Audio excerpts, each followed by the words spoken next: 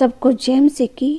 परमेश्वर हर एक जन को ब्लेस करे जो सच में परमेश्वर के सुसमाचार देख रहा है, पढ़ रहा है। परमेश्वर उसकी लाइफ में बहुत ब्लेसिंग्स भेज रहा है, आप इसको महसूस कर सकते हैं। आज का हमारा विषय है कि परमेश्वर हमें मुसीबतों से कैसे छुटकारा देता है, कैसे हमारी समस्याओं में, हमारी बीमारियों में, हमारी परेशानी में परमेश्वर हमारी मदद करता है। आइए हम बाइबल से पढ़ते हैं। जब भी हमारी लाइफ में कोई समस्या आती है, कोई कष्ट आते हैं, कोई बीमारी आती है, कोई तकलीफ़ें आती हैं, तो परमेश्वर हमें उन सब से बाहर कैसे निकालता है, आज हम इसी के बारे में पढ़ेंगे। बाइबल क्या कहते हैं? भजन संहिता 34 के 19 में परमेश्वर क्या कहता है कि धर्मी पर बहुत सी विपत्तियां पड़ती तो हैं, परंतु यहोवा उसको उन सब से मुक्त करता है। हमारे जीवन में बहुत सारी समस्याएं तो आएंगी, लेकिन परमेश्वर उन समस्याओं को हमसे दूर करता है। 34 और उसके 17 में भी परमेश्वर कहता है, धर्मी दुहाई देते हैं और यहोवा सुनता है और उनको सब विपत्तियों से छुड़ाता है।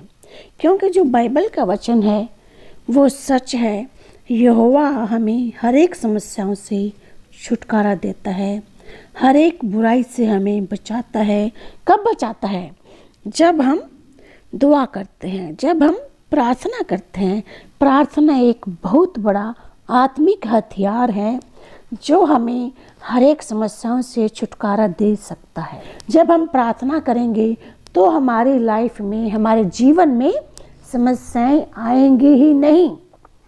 परमेश्वर हमारे जीवन में समस्याएं नहीं आने देगा। ये सच में आप महसूस कर सकेंगे।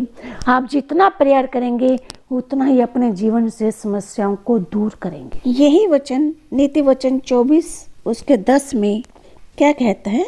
यदि तू विपत्ति के समय साहस छोड़ दे तो तेरी शक्ति बहुत कम है।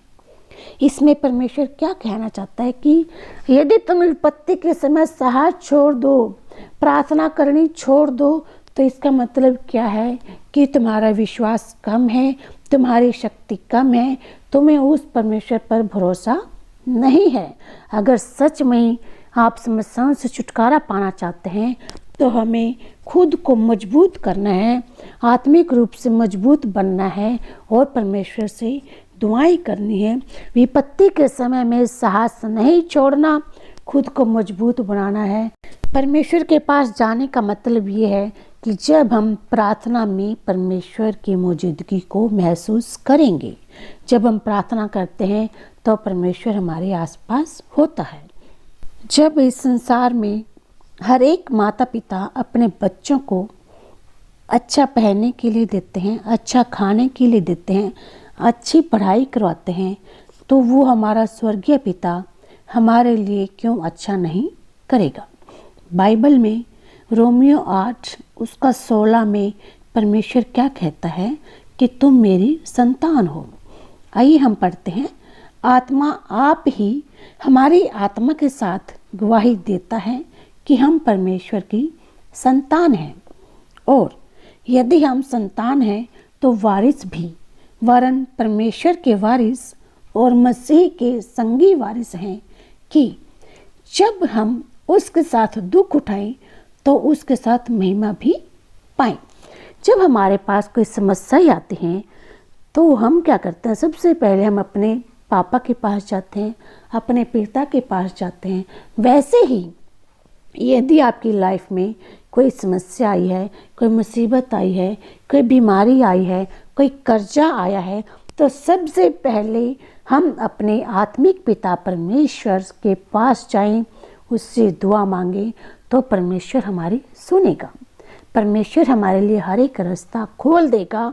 जो हमारे लिए रुकावट और परेशानियां बनी हुई हैं, परमेश्वर उन सबको दूर करे। इस पवित्र वचन के द्वारा परमेश्वर आपको ब्लेस करे, आपके जीवनों में बरकत दे, आपको हर एक दुख बीमारी से छुटकारा दे।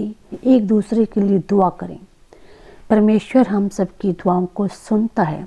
आज जो जन मुसीबत में है, जो संकट परेशानी में है, हमें चाहिए कि हम भी उनकी परेशानियों को अगर हम पास जाकर नहीं दूर कर सकते तो हम दुआएं करके, उनके लिए प्रार्थनाएं करके उनकी समस्याओं को कम कर सकते हैं। परमेश्वर आप सबको कई गुना ब्लेसिंग देगा। और इस वीडियो को ज़्यादा से ज़्यादा शेयर करें ताकि सभी जन इस वीडियो के द्वारा, इन वचनों के द्वारा आशीषित हों। और इसका प्रतिफल क्या होगा कि परमेश्वर आपको ब्लेसिंग से भरेगा। आपके जीवन में किसी चीज़ की घटी नहीं होगी। आप सबको जय मसीह की। परमेश्वर आपको आशीष दे।